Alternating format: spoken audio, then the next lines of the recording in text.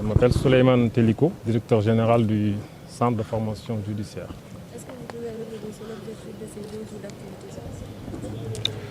Oui, cette activité rentre dans le cadre des objectifs pédagogiques de notre établissement, qui est un établissement de formation. Et qui dit formation dit forcément animation scientifique. Et dans ce cadre-là, nous avons jugé nécessaire d'organiser une rencontre pour tirer les enseignements de 2 expériences majeures qui se sont déroulées en Afrique. La première, ce sont les chambres africaines extraordinaires que vous connaissez, qui ont été créées au Sénégal et qui ont jugé l'ancien président tchadien, M. Hissène Habré.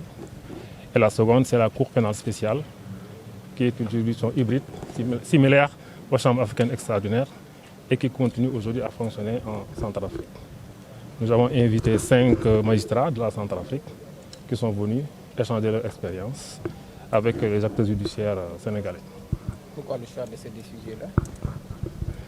Oui, ça entre dans le cadre, comme je disais tout à l'heure, de l'animation scientifique au sein de notre établissement. Et nous avons jugé nécessaire de choisir un sujet qui est en rapport avec la justice pénale internationale. Et dans ce cadre-là, les 2 expériences majeures qui sont déroulées en Afrique, ce sont, comme je l'ai dit, les chambres africaines et la Cour pénale spéciale. Et nous pensons donc que ce sont des sujets appropriés pour parler de la justice pénale internationale ici dans notre pays.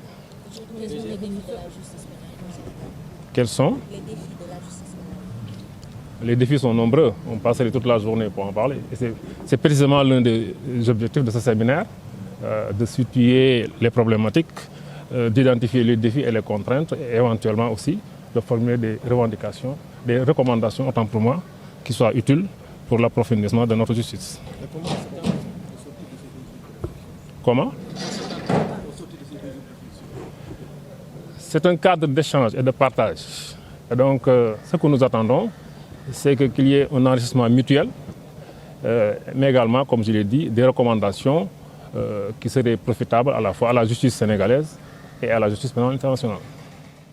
Waaw ñun centre de formation judiciaire mooy école bi nga xam ne moom mooy tàggat magistrat yi ak greffier yi ak éducateur spécialisé ak inspecteur de l'éducation surveillée moom moo organisé tey benn rencontre ndaje bi boo xam ni dañoo boole ay magistrats yu jógee Centrafrique juróom lañ ak ay magistrats yu nekk Sénégal ak ay avocats ak universitaires pour wax ci justice pénale internationale.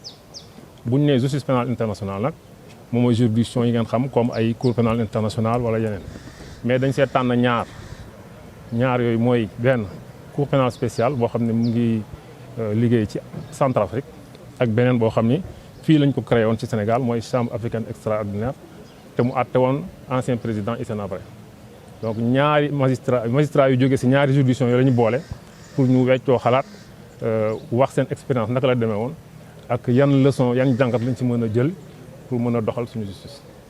benn thème la mais ñaari juridiction ñaari këru attekaay mais benn thème la mooy justice pénale internationale maanaam crime yu gën a grave yu ñuy tuddee ay crime contre l'humanité maa crime de guerre maa crime de génocide nañ koy attee ci monde bi loolu lañ jël pour ñëw fii dajale magistrats yi avocats yi universitaires yi pour wax si léegi nag dañ cee tànn ñaari juridiction muy chambre africaine ñi fa liggéey woon ak cour pénale spéciale bi nga xam ne mu ngi liggéey ci Centrafrique ñu tànn ay magistrats yu jóge si ñaari kuréel yooyu ñu ñëw weccoo seen xalaat wax seen i pratique naka la ñuy doxalee seen i procédure.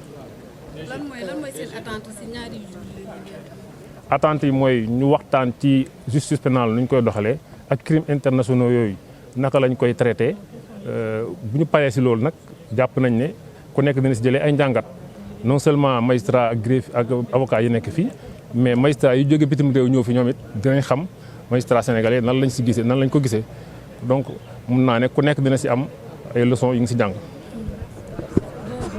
Merci.